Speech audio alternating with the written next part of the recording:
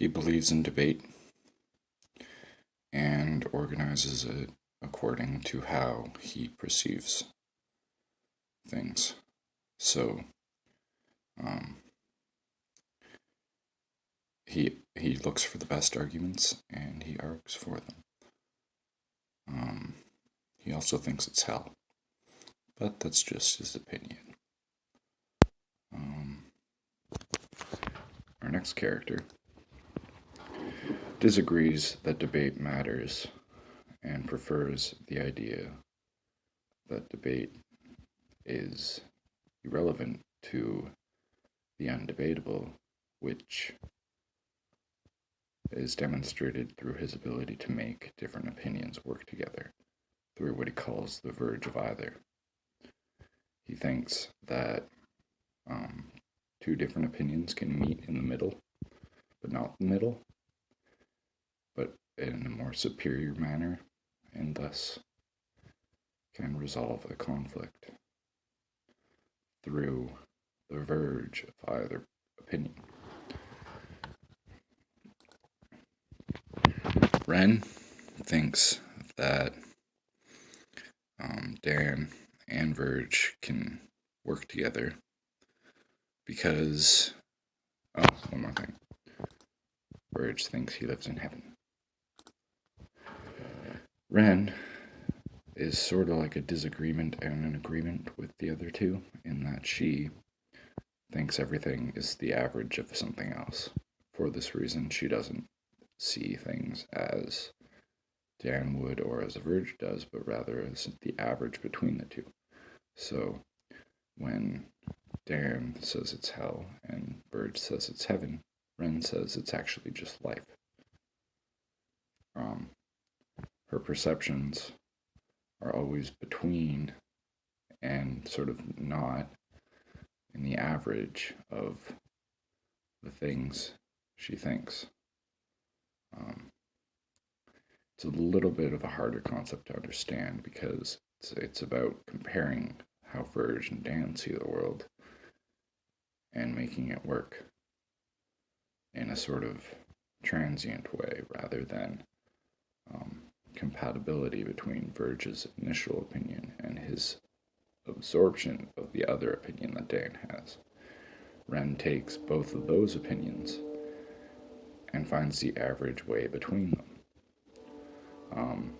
For this reason, each of these characters' opinion is very contradictory to the other, and in turn, the reality of each is totally different, but they still work together in an average form to create an even higher perspective of each other's own way of seeing things, which are not the same, because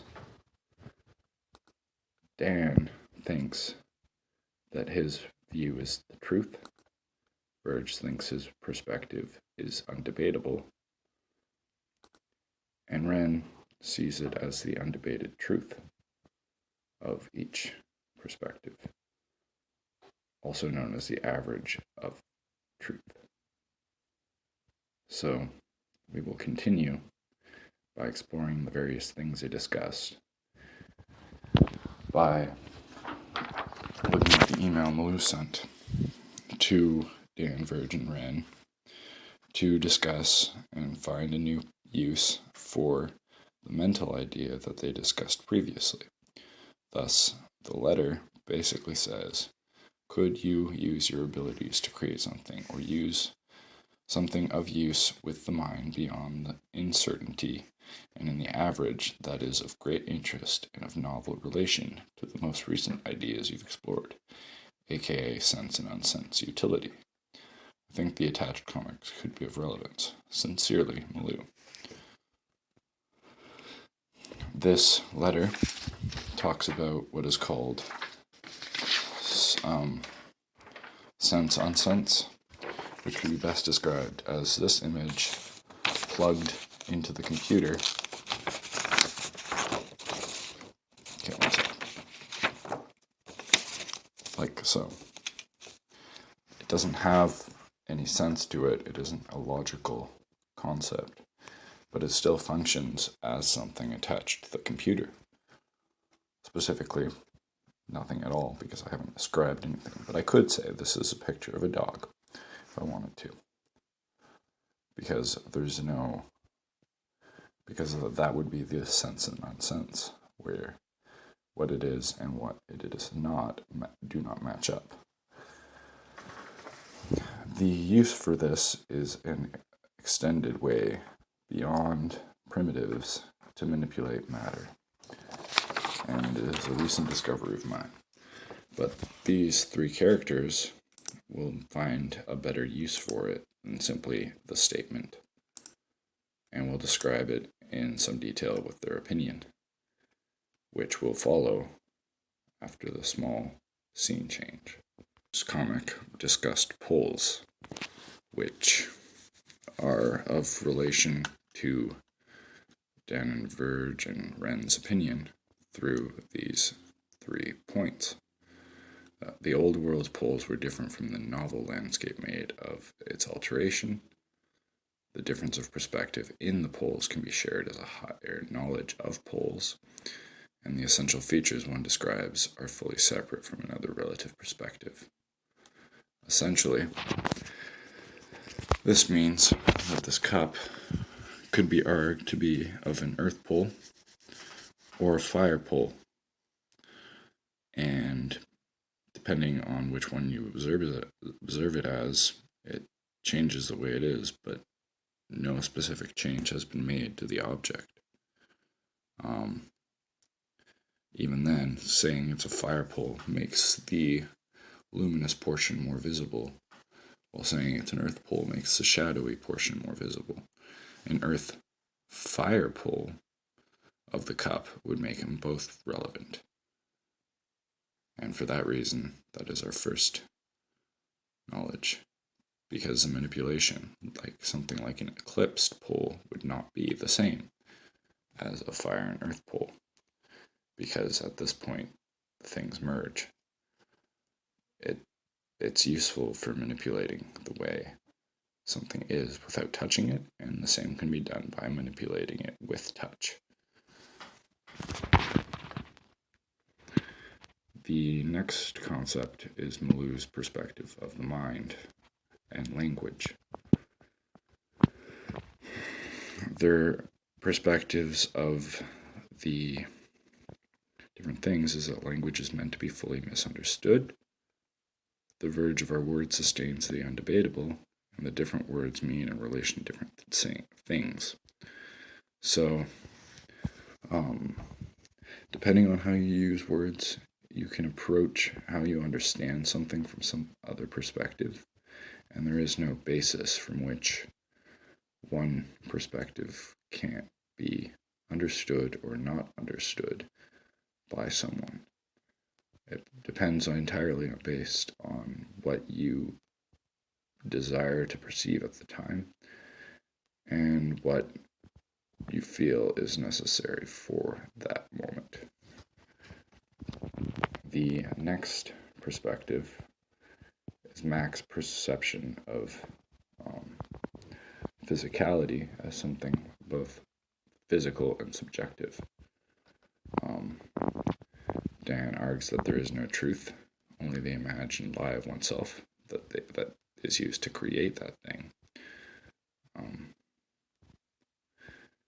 Verge argues that any two statements can be made more knowledgeable through the verge of either of those perspectives. For example, if I say, this cup is made of water, and someone else says, this cup is made of steam, then a higher knowledge can be understood that steam and water are both properties of this object.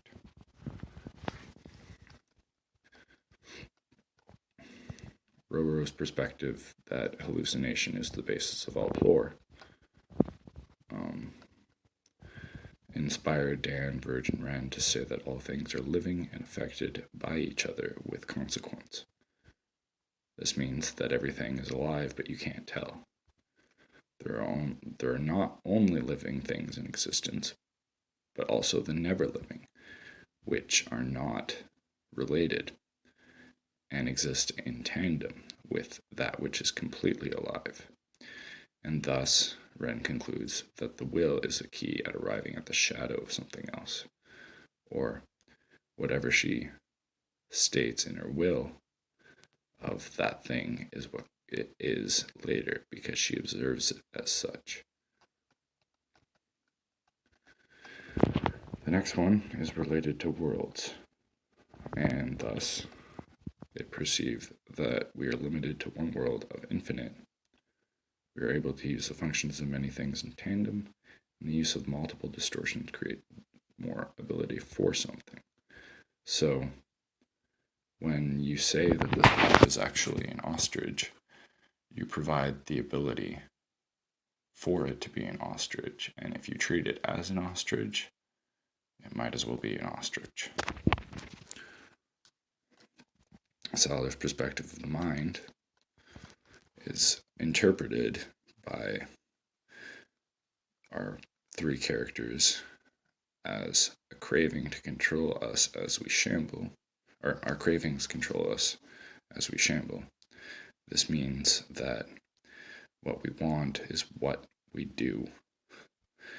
But not all people shamble because some see it as other things, and thus they cannot be defined as shambling.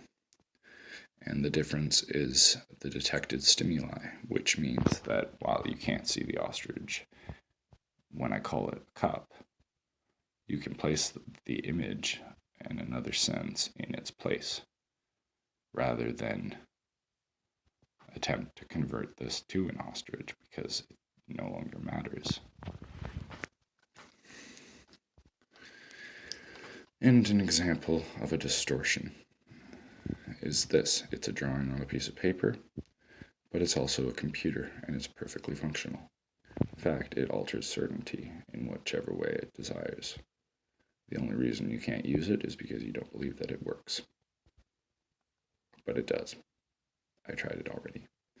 But you do have to think on how it's going to function for you to understand how it works. But that concludes most of the perspective I was discussing. So let's go back to the characters and discuss their symbolism. Dan, because of debate, perceives the world as cold, without truth, until it's melted like the snow. The snow melts away to reveal the truth, and all the people who are convinced are the victory of that truth. The scythe represents the power of argument. Wren perceives different things as different things. The cocoon represents what is never opened and never hatched. The water represents a distortion of things as they commonly are, because it is a lake in the sky and it's raining. And depending on the interpretation, this hedgehog could be made of grass or just being a green hedgehog. Verge sees the world atop a pedestal that he places there. His place is full of light.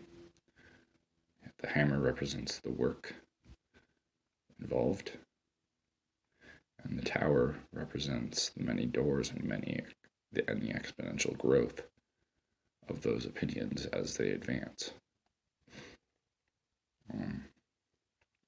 That's about it. That was a very quick summary of the video, but it still functions, and later explorations will study further details of this novel interpretation within the next character set. Feel free to ask questions in the comments below if you do not understand what I mean. I'm skeptical that you will, because distortions are complicated, and there is probably more clear information on the blog post, but this is a basic understanding of how they work, and I'm struggling to explain them because I haven't yet fully explored them. I found them yesterday.